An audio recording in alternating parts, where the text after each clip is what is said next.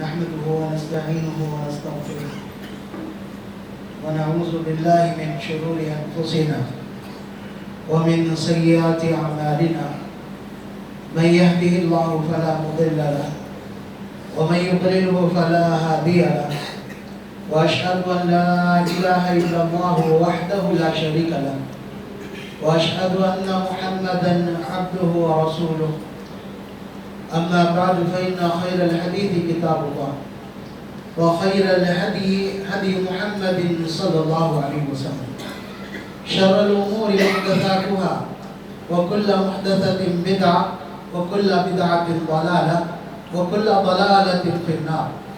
قال الله تبارك وتعالى في كلامه المجيد أعوذ بالله من الشيطان الرجيم والذين هم للزكاة فاعلون. اللہ سبحانہ و تعالیٰ کے لیے تمام تعریف بڑائی بزرگی لائق و زیبا ہے، جو اس ساری کائنات کا خالق و مالک رازق و مدبر ہے۔ سید الانبیاء محمد اکرم صلی اللہ علیہ وسلم پر بے شمار درود و سلام نازل ہو، جو ساری انسانیت کے لیے رہبر و رہنما بنا کر بھیجے گئے۔ معزز بزرگوں، نوجوانوں اور خواتین اسلام، انشاءاللہ العزیز ہماری آج کی اس گفتگو کا موضوع ہے زکوٰۃ۔ بہت سارے ذہنوں میں یہ بات آ رہی ہوگی کہ تو زکوٰۃ کے بارے میں تو رمضان میں بولا جاتا ہے، رمضان سے پہلے ہی زکوٰۃ سے متعلق ذکر کیوں؟ تو اس غلط فہمی کو اپنے ذہن سے نکال دیں کہ زکوٰۃ کا تعلق رمضان سے ہے، رمضان کے علاوہ زکوٰۃ نہیں ہے۔ نہیں، یہ غلط بات ہے۔ زکوٰۃ آگے ہم اس کی تعریف کریں گے۔ جس چیز کی بھی زکوٰۃ بنتی ہے اس پر 1 سال گزر جائے تو آپ کو زکوٰۃ نکالنا ہے۔ وہ مہینہ کون سا بھی ہو سکتا ہے، رجب بھی ہو سکتا ہے، شعبان بھی ہو سکتا ہے، رمضان بھی ہو سکتا ہے۔ کسی نے مثال کے طور پر 10 تولے سونا خریدا رجب میں، تو آئندہ سال رجب میں اس پر زکوٰۃ واجب ہے۔ وہ انتظار نہیں کرے گا رمضان کا، بلکہ رجب میں زکوٰۃ نکالے گا۔ ہاں، کسی نے شوال میں 10 تولے سونا خریدا تو آئندہ سال شوال میں اس پر زکوٰۃ واجب ہوگی۔ اگر وہ یہ خیال کرے میں پہلے ہی 1 ماہ پہلے ہی رمضان میں زکوٰۃ نکال دو تو مجھے اجر زیادہ ملے گا، تو وہ نکال سکتا ہے۔ بڑا غضب کا نظارہ ہے اس عجیب سی دنیا کا۔ لوگ سب بٹورنے لگے ہیں خالی ہاتھ جانا کے۔ آج ہم اللہ تبارک و تعالیٰ کی بے شمار نعمتوں سے فائدہ اٹھا رہے ہیں، بے شمار۔ اور اللہ تبارک و تعالیٰ اپنی نعمتوں کے تعلق سے فرماتا ہے لَإِن شَكَرْتُمْ لَأَزِيدَنَّكُمْ، اگر تم نعمتوں پر شکر گزاری کرو گے تو میں تمہیں اور عطا کروں گا، اور نوازوں گا۔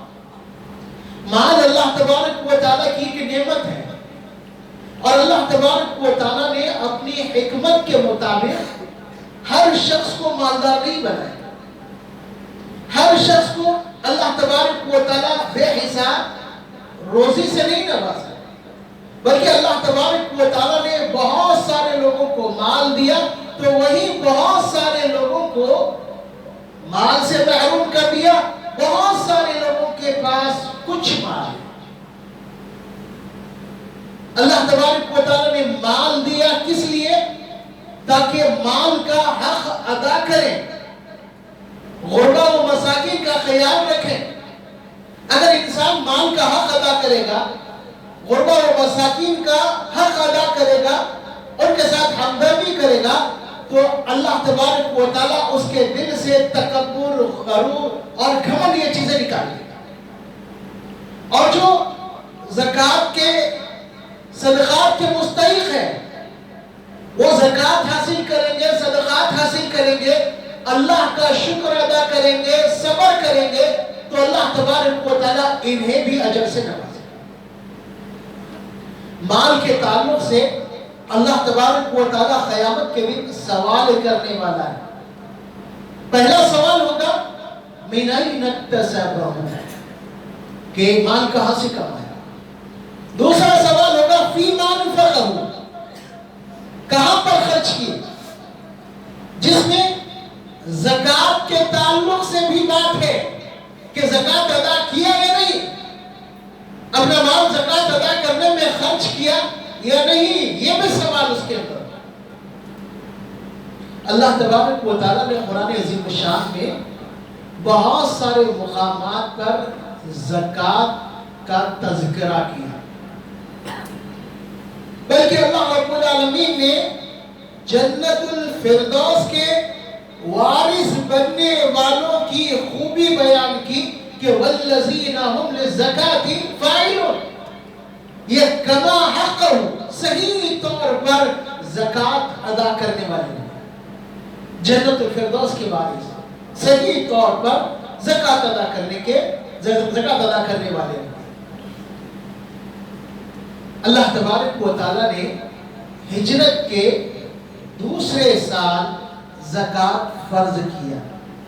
اب ایک اور چیز ذہن میں رہے، قرآن مجید میں آپ کو کئی الفاظ ملیں گے، ان میں سے ایک لفظ ہے انفاق، ایک لفظ ہے صدقہ، اور ایک لفظ ہے زکوٰۃ۔ انفاق کہتے ہیں اللہ تبارک و تعالیٰ کی راہ میں خرچ کرنا، چاہے وہ خرچ فرض ہو یا فرض نہ ہو، اجر طلب کرنے کے لیے۔ دوسرا صدقہ، اللہ رب العالمین نے کہیں پر زکوٰۃ کو صدقہ کے لفظ سے بھی یاد کیا، زکوٰۃ کو اللہ تبارک و تعالیٰ نے صدقے کے لفظ سے بھی یاد کیا۔ اور تیسرا لفظ ہے زکوٰۃ۔ زکوٰۃ اس کے لفظی معنی بڑھنے اور زیادتی کے، شریعت میں زکوٰۃ کہتے ہیں مال کا وہ مخصوص حصہ جو نصاب کو پہنچ چکا ہو، مقررہ حد کو پہنچ چکا ہو اور اس پر ایک سال گزر چکا ہو، اسے اللہ کی راہ میں خرچ کیا جائے، وہ زکوٰۃ ہے۔ اسے زکوٰۃ کیوں کہا گیا؟ اس لیے کہ اللہ تبارک و تعالیٰ زکوٰۃ نکالنے سے زکوٰۃ نکالنے والے کو بھی پاک کرتا ہے اور اس کے مال کو بھی پاک کرتا ہے۔ زکوٰۃ کا ایک معنی بڑھنے اور زیادہ ہونے، اللہ تبارک و تعالیٰ زکوٰۃ نکالنے کی وجہ سے مال میں اضافہ کرتا ہے اور برکت دیتا ہے۔ نبی کریم صلی اللہ علیہ وسلم کو اللہ تبارک و تعالیٰ حکم دیتا ہے خذ من اموالہم صدقۃ تطہرھم وتزکیہم بہا، کہ نبی صلی اللہ علیہ وسلم لوگوں کے مال سے زکوٰۃ لیجیے، زکوٰۃ انہیں پاک کرے گی اور ان کا تزکیہ ہوگا۔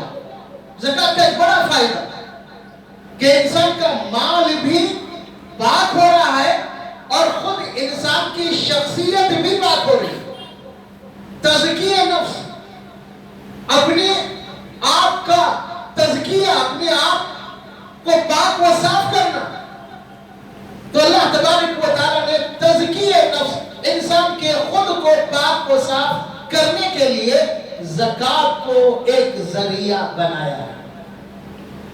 ویسے اللہ رب العالمین قرآن عظیم الشان میں ارشاد فرماتا ہے والذین هم فی اموالہم حق معلوم للسائل والمحروم، کہ مومن جنتی وہ ہوتے ہیں جن کے مال میں حقوق ہوتے ہیں، کس کے لیے؟ مانگنے والوں کے لیے بھی، نہ مانگنے والوں کے، وہ سب کا حق ادا کرتے ہیں مال کے ذریعے سے۔ زکوٰۃ ہجرت کے دوسرے سال اللہ تبارک و تعالیٰ نے فرض کیا، ہجرت کے دوسرے سال اللہ تبارک و تعالیٰ نے فرض کیا۔ ہمارے معاشرے میں بہت سارے عجیب چیزیں دیکھنے کو ملیں.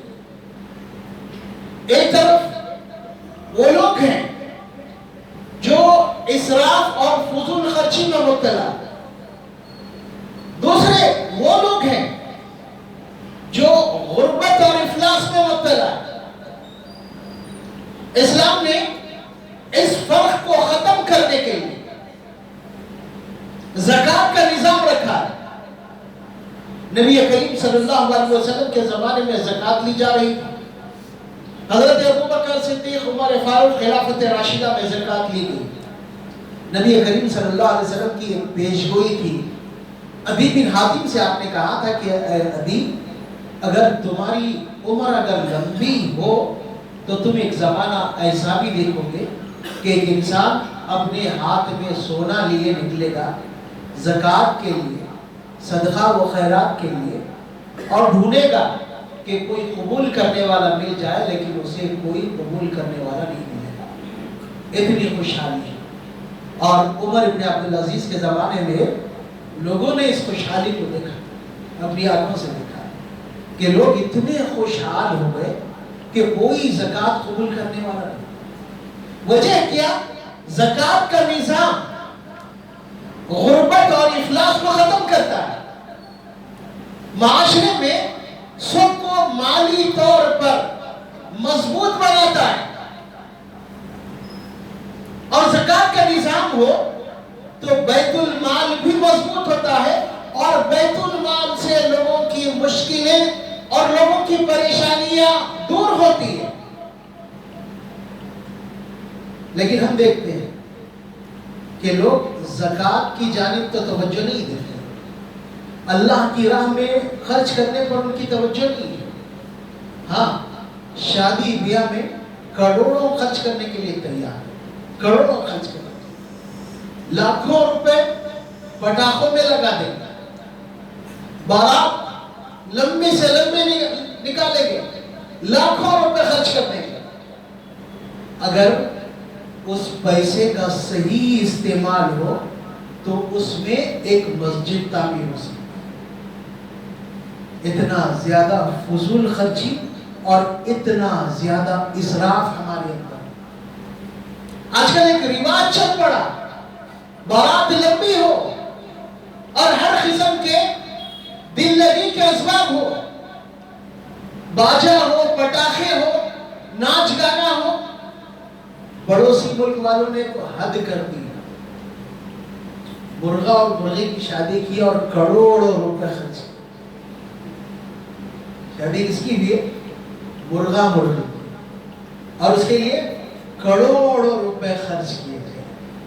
اگر وہی پیسہ معاشرے سے غربت دور کرنے کے لیے خرچ کیا جاتا تو بہت سارے مسلمان مالی طور پر مضبوط ہو جائیں،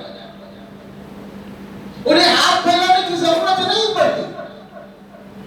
آج ایک عجیب نظارہ دیکھنے کو مل رہا ہے، ہر ہوٹل کے پاس جہاں کہیں بھیڑ ہو وہاں پر برقعے والی عورتیں مانگتے ہوئے نظر آ رہی ہیں.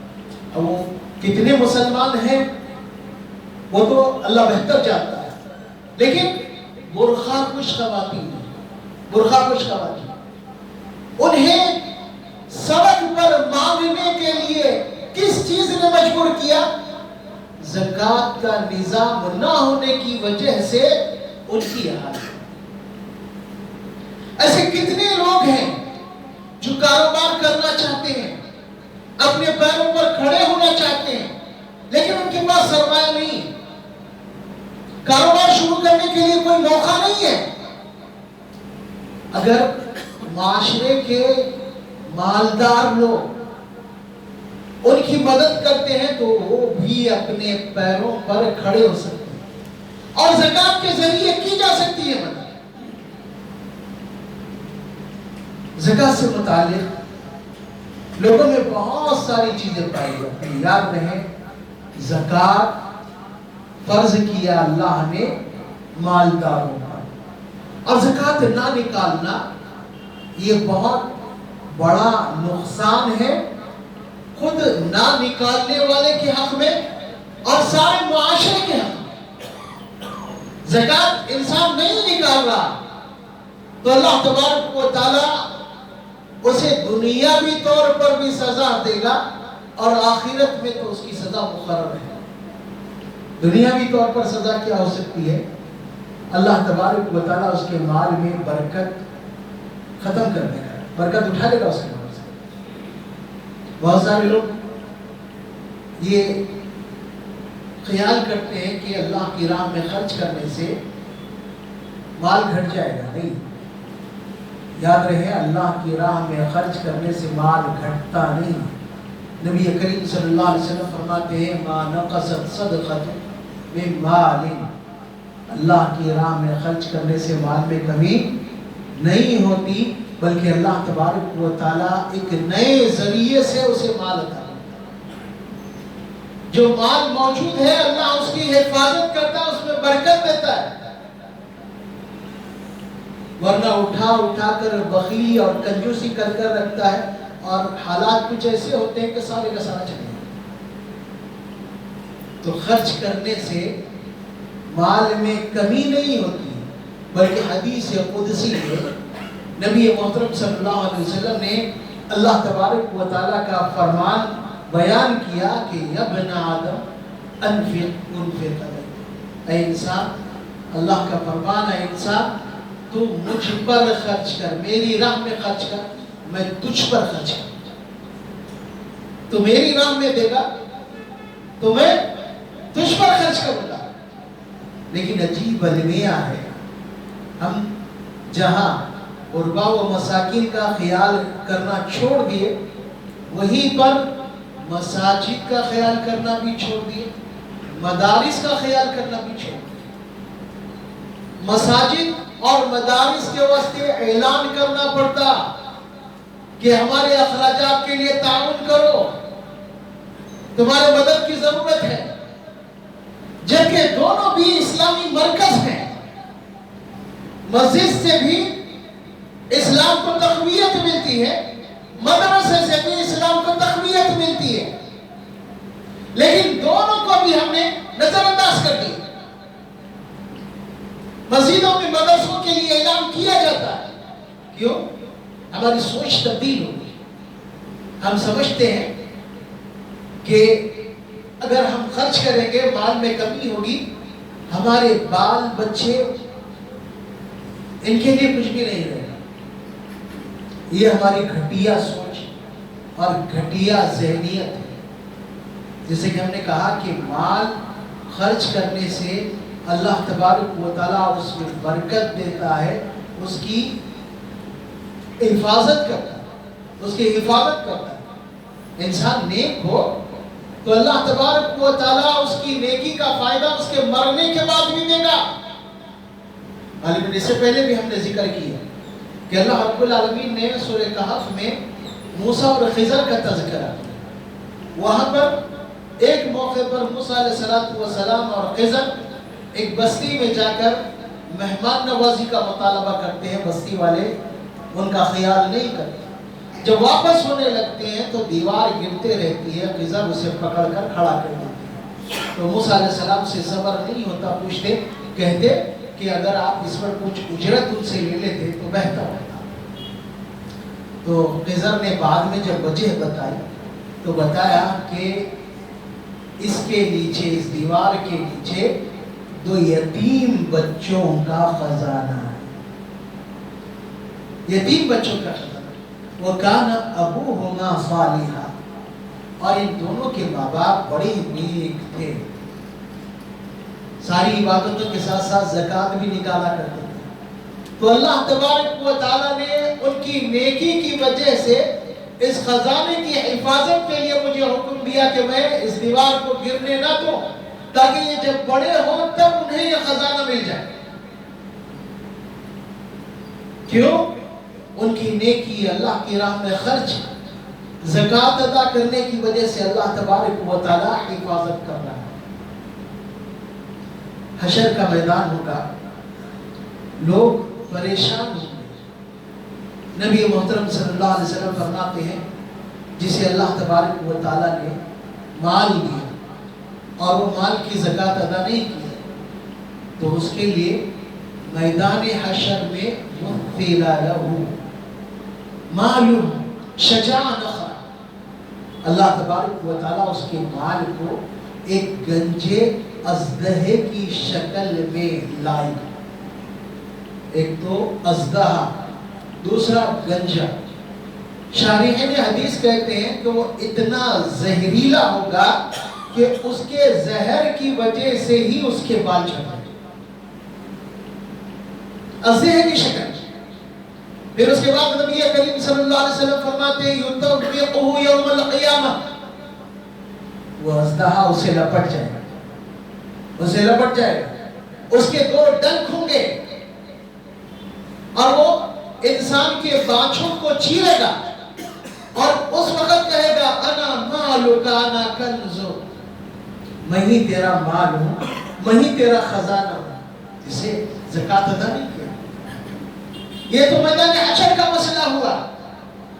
جہنم پہنچ گیا. اب جہنم میں کیا ہوگا؟ اللہ تبارک و تعالیٰ ارشاد فرماتے ہیں والذین یکنزون الذهب والفضة ولا ينفقونها في سبيل الله فبشرهم بعذاب أليم. جو سونا چاندی جمع کر رکھتے ہیں، اللہ کی راہ میں خرچ نہیں کرتے، زکوٰۃ ادا نہیں کرتے، فبشرهم بعذاب أليم، ایسے لوگوں کو دردناک عذاب کی خوشخبری دی. وہ دردناک عذاب کی ایک بھیانک صورت اللہ تبارک و تعالیٰ نے بیان فرما دی. یوم یحمى علیہا فی نار جہنم، اس سونے اور چاندی کو جہنم کی آگ میں دہکایا جائے گا. فتکوی بہا جباہہم وجنوبہم وظہورہم، اس کے ذریعے سے ان کے پہلوؤں کو، ان کے پیشانیوں کو اور ان کے بازوؤں کو ڈالا جائے گا، چرکے دیے جائیں گے اس کے، اور کیا کہا جائے گا؟ بازوؤں کو چھکو، عذاب کا مزہ چھکو. جو دنیا میں تم جمع کر رکھتے تھے، اللہ کی راہ میں خرچ نہیں کرتے تھے، اس کا مزہ چھکو. یہ جہنم کا عذاب ہوگا زکوٰۃ ادا نہ کرنے کی وجہ سے. زکوٰۃ کا مسئلہ بھی یوں سمجھ لے نماز کی طرح ہے. جس طرح ایک انسان جس پر نماز فرض ہے، نماز ادا کرنا واجب ہے، ویسے ہی جس پر زکوٰۃ فرض ہے اس کو زکوٰۃ ادا کرنا ضروری ہے. نبی کریم صلی اللہ علیہ وسلم کی وفات کے فوری بعد بہت سارے فتنے اٹھ کھڑے ہوئے. ان فتنوں میں سے ایک فتنہ یہ تھا کہ کچھ قبیلے یہ مطالبہ کرنے لگے کہ ہم مسلمان تو رہیں گے لیکن زکوٰۃ نہیں، زکوٰۃ ہم سے نہ لی جائے. تو حالات اتنے سنگین تھے اور ابو بکر صدیق رضی اللہ تعالیٰ عنہ خلیفہ اور ابو بکر صدیق انتہائی نرم دل. لوگوں نے آپ کو مشورہ دیا کہ حالات ٹھیک نہیں ہے، خاموشی اختیار کیجیے، زکوٰۃ نہیں دیتے بولنا چھوڑ دیجیے. لیکن ابو بکر صدیق رضی اللہ تعالیٰ کہتے ہیں کہ اگر لوگ نبی کریم صلی اللہ علیہ وسلم کے زمانے میں زکوٰۃ میں اگر جانور کے گلے کی رسی دیا کرتے تھے، اس کا نصاب پورا ہوتا اور اسے دیا کرتے تھے، اگر اب وہ روک لیتے ہیں تو میں ان سے قتال کروں گا، جہاد کروں گا. کیوں؟ اس کی اہمیت ہے. جس طرح نماز کی اہمیت ہے ویسے ہی اس کی اہمیت ہے. ایک اور چیز ذہن میں رہے، نماز صرف اس امت پر فرض نہیں ہے، پچھلی امتوں پر بھی فرض تھی، شکل الگ تھی.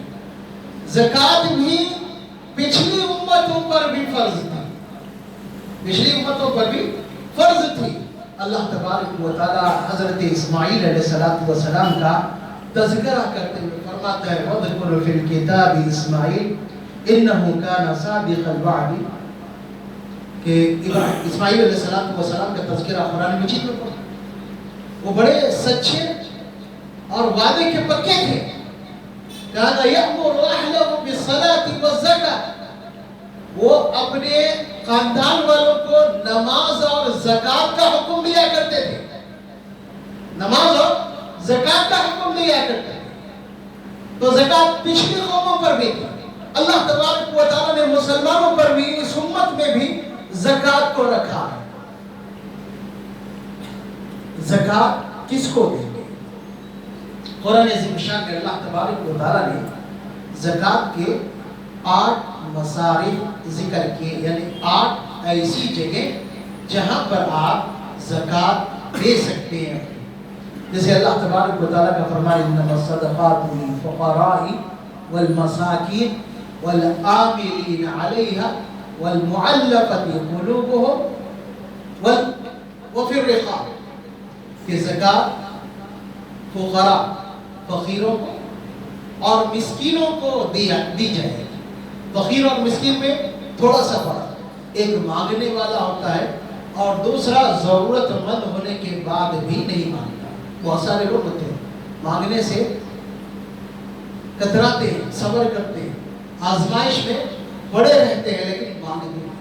تو اللہ تعالیٰ فرما رہے ہیں فقیروں کو اور مسکینوں کو دیا جائے، والمعلقۃ قلوبہم، اور تالیف قلب کے لیے۔ تالیف قلب کسے کہتے ہیں؟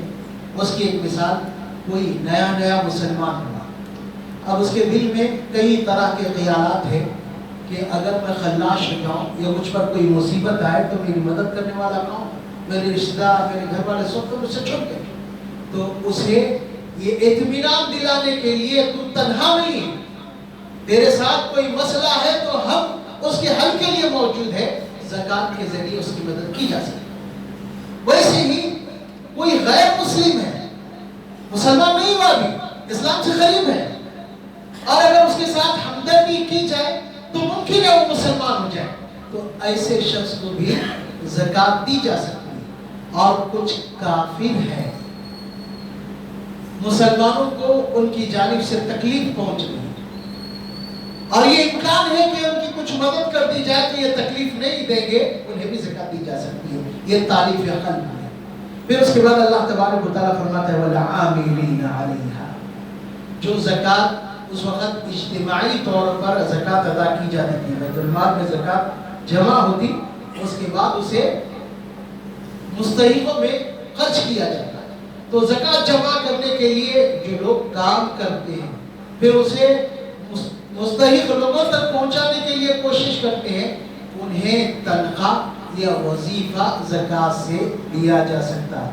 والعاملین علیہا، اور پھر اس کے بعد اللہ تبارک و تعالیٰ آگے ارشاد کرتا ہے کہ جو لوگ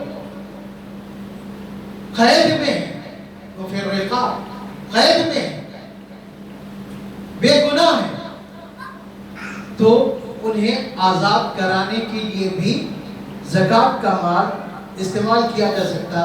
لیکن یہاں پر اصل جو آزاد کرانے کی بات ہے، غلام اور لونڈی کو آزاد کرانے کی، جس کا رواج اب نہیں ہے۔ اسی طریقے سے اللہ تبارک و تعالیٰ فرماتا ہے والغارمین، ایسے لوگ جو قرض میں مبتلا ہو گئے اور قرض ادا کرنا ان کے بس میں نہیں، تو ایسے لوگوں کی مدد بھی زکات کے ذریعے کی جا سکتی ہے۔ پھر اس کے بعد اللہ تبارک و تعالیٰ فرماتا ہے وہ فی سبیل اللہ، اللہ کی راہ میں۔ اللہ کی راہ میں اس سے کیا مطلب؟ اکثر و بیشتر مفسرین نے کہا کہ اس سے مطلب جہاد کے لیے زکات کی رقم خرچ کی جاتی ہے۔ اب جہاد ہندوستان کا مسئلہ ہے، یہاں پر تو یہ معاملہ نہیں ہے، تو کیا کیا جائے؟ تو یاد رہے جہاد تلوار کے ذریعے سے تو نہیں ہے، لیکن علم کے ذریعے سے دین اسلام کو پھیلانے کی برابر کوششیں کی جا رہی ہیں۔ جہاد کے ذریعے اسلام کو پھیلایا جاتا ہے، اسی طریقے سے علم کے ذریعے سے بھی اسلام کو پھیلایا جاتا ہے، عام کیا جاتا ہے۔ اور یہ کام کون کرتے ہیں؟ اسلامی مدارس۔ لیکن لوگوں میں ایک نیا خیال گردش کر رہا ہے کہ مدارس کو زکات نہیں دینا چاہیے، مدرسے کو زکات نہیں دینا چاہیے۔ یاد رکھیں یہ غلط بات ہے، یہ غلط بات ہے۔ اس کی دلیل میں سعودی عرب کے کچھ فتوے لوگ پیش کرتے ہیں شیخ ابن باز اور شیخ صالح العثیمین تھے جنہوں نے مدارس کو زکوٰۃ دینے سے منع کیا. تو یاد رہے وہ فتوے سعودی عرب کے لیے ہے. وہاں پر مدارس وقف بورڈ کے تحت کام کرتے ہیں اور وقف بورڈ ہی سارے ان کے اخراجات ان کی ضروریات پوری کرتا ہے ہندوستان کے لیے. تو مدارس کو زکوٰۃ دینا چاہیے. پھر اس کے بعد اللہ تبارک و تعالیٰ نے آخری مصرف بیان کیا وابن السبیل. مسافر کوئی انسان صاحب حیثیت ہے. آج کل تو ذرا مشکل ہے یہ مسئلہ. پہلے ہوا کرتا تھا کوئی ذریعہ نہیں تھا پیسے منگوانے کا. صاحب حیثیت ہوتا اپنی سواری پر نکلتا راستے میں یا تو خلاش ہو جاتا لوگ لوٹ لیتے یا سواری مر جاتی اس کی. اب پہنچنا مشکل ہو جاتا تو ایسی صورت میں زکوٰۃ سے اس کی مدد کی جا سکتی ہے. لیکن ہمارے پاس آج کل بہت ساری سہولتیں ہیں پیسے ٹرانسفر کرنے کی پیسے منگانے کی. تو اس کی ضرورت بہت ہی کم پڑ سکتی ہے. اگر واقعی ضرورت پیش آ رہی ہے تو یہ بھی کیا جا سکتا ہے. تو یاد رہیں یہ زکوٰۃ خرچ کرنے کے راستے ہیں. ان میں زکوٰۃ خرچ کی جا سکتی ہے. زکوٰۃ کے تعلق سے باتیں بہت ساری ہیں اور ہمارا وقت ختم ہو رہا ہے. مجموعی طور پر ایک چیز ذہن میں بٹھائیں اللہ نے ہمیں جو کچھ بھی دیا ہے یہ امانت کے طور پر دیا ہے. اور خاص کر مال ہم کہتے ہیں کہ یہ مال ہمارا ہے. نبی کریم صلی اللہ علیہ وسلم حدیث قدسی میں اللہ تبارک و تعالیٰ کا فرمان بتاتے ہیں کہ انسان کہتا ہے کہ میرا مال میرا مال. اس کا مال کہاں ہے؟ جو کھایا وہ ختم ہو گیا, جو پہنا وہ پوسیدہ ہو گیا, یہی اس کا مال. اور جو آگے بھیجا وہی اس کے لیے بچا رہے گا, وہی بچا رہے گا. یعنی اللہ کی راہ میں خرچ کیا, نیک کام کیے, وہی اسے آخرت میں کام آئے گا. دوسرا جو چھوڑ کر جائے گا وہ اس کا نہیں, اس کے وارثوں کا. اور اس کے وارث کس طرح ہوں گے نہیں کہہ سکتے, وہ مال میں کیا کریں گے یہ بھی نہیں کہہ سکتے. اس لیے اللہ تبارک و تعالیٰ نے فرمایا المال والبنون زینت الحیات الدنیا, کہ مال اور اولاد یہ دنیا کی زندگی کی زینت ہے. باقی رہنے والی چیزیں نیکیاں ہیں انسان کی جو اسے کام آئے. نبی کریم صلی اللہ علیہ وسلم نے ایک دوسرے الفاظ میں اسی چیز کو ذکر کیا کہ یتبع المیت ثلاث. ایک انسان زندگی بھر مال کے پیچھے بھاگتے رہا. ایک چیز ذہن میں رہے, اسلام مال کمانے سے منع نہیں کرتا. حلال ذریعے سے مال کمائیں بلکہ زیادہ سے زیادہ کرنا, لیکن مال کا حق ادا, مال کا حق ادا. اتنا زیادہ مال اور دنیا کے پیچھے نہ پڑے کہ دین سے غافل ہو جائے. نہیں, حضرت عبدالرحمن بن عوف رضی اللہ تعالیٰ عنہ اپنے زمانے کے سب سے بڑے تاجر تھے, سب سے بڑے تاجر. صحابہ رضوان اللہ علیہم اجمعین تجارت کیا کرتے تھے اور نبی کریم صلی اللہ علیہ وسلم نے تجارت سے متعلق بہت سارے احکامات ذکر کیے. تو اسلام کمانے سے منع نہیں کرتا, کمائیے, زیادہ سے زیادہ محنت کیجیے, لیکن حقوق ادا کیجیے, حقوق ادا کیجیے. صرف اپنا سمجھ کر نہ بیٹھے. تو نبی کریم صلی اللہ علیہ وسلم فرماتے ہیں یتبع المیت ثلاث. ایک انسان زندگی بھر کوشش کر رہا ہے کیا مال کمانے, اپنے بال بچوں کو اچھی طرح سیٹ کر لیں. انسان کا جنازہ جا رہا ہے, نبی اکرم کا صلی اللہ علیہ وسلم کا فرمان اس کے ساتھ 3 چیزیں آپ کو دکھائیں گے. ایک اس کے رشتہ دار, انسان مر گیا ہے, آخری وقت ہے, لوگ آ جائیں. دوسرا اس کا مال, یعنی ایسے آثار لگیں گے جس سے پتا چلے گا کہ یہ مالدار ہے. اور تیسری چیز جو اس کے ساتھ ہوتی ہے اس کا عمل. قبرستان پہنچ گئے, دفنا دیا, خبر مکمل طور پر بن گئی. نبی محترم صلی اللہ علیہ وسلم فرماتے ہیں فَيَرْجِعُ اثْنَانِ وَيَبْقَى وَاحِدٌ. رشتہ دار مال دونوں بھی واپس ہو جاتے ہیں, اب ختم، اس سے آگے نہیں. یبقى واحد، اب ایک ہی چیز اس کے ساتھ رہے گی جس کے ذریعے سے وہ آگے کی منزلیں طے کرے گا. وہ کیا ہے؟ وہ عمل، اس کا اپنا عمل، اپنا عمل. تو یاد رہے اللہ نے مال دیا ہے تو اس کا حق ادا کریں. ایک اللہ کا شکر ادا کریں، اس کا حق ادا کریں، اور پھر حق ادا کرنے میں ٹال مٹول سے کام نہ لیں، کیونکہ اللہ رب العالمین کا فرمان ہے وما تدری نفس ماذا تکسب غدا، کل کیا ہوگا کسی کو پتہ نہیں. آج ہم صحت مند ہیں، گھر میں ہماری چل رہی ہے، بیوی بچے سن رہے ہیں.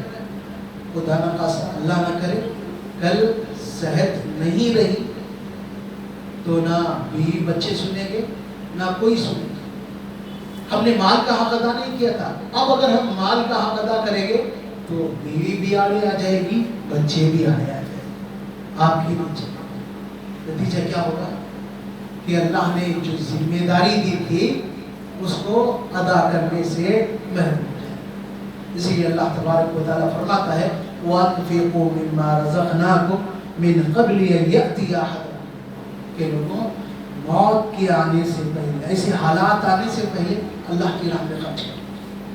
اگر اس وقت تمنا کرو گے اور کہو گے کہ ربی لولا اخرتنی الی اجل قریب واصدق واکن من الصالحین، اللہ تھوڑی سی مہلت دے، پھر دوبارہ صحت مل جائے، دوبارہ حالات اچھے ہو جائے تو میں صدقہ خیرات کروں گا اور نیک بن کر رہوں گا. اس وقت تمنا کرے گا انسان. اللہ تعالیٰ فرماتا ہے وَلَن يُؤَخِّرَ اللَّهُ نَفْسًا إِذَا جَاءَ أَجَلُهَا، جب کسی کا مقررہ وقت آ جاتا ہے تو اللہ تبارک و تعالیٰ اسے ٹالتا نہیں. باتیں بہت ساری تھی، وقت ختم ہو چکا ہے. اللہ تبارک و تعالیٰ سے دعا ہے کہ اللہ تبارک و تعالیٰ ہمیں اس کی نعمتوں کی شکر گزاری کی توفیق عطا فرمائے، خاص طور پر مال کا شکر ادا کرنے کی توفیق عطا فرمائے، مال سے متعلق حقوق ادا کرنے کی توفیق عطا فرمائے، خالص کتاب و سنت پر عمل کرنے کی توفیق عطا فرمائے، ہر قسم کے بگاڑ سے اللہ رب العالمین ہماری حفاظت فرمائے. اقول قولی ھذا استغفر اللہ لی ولکم ولسائر المسلمین.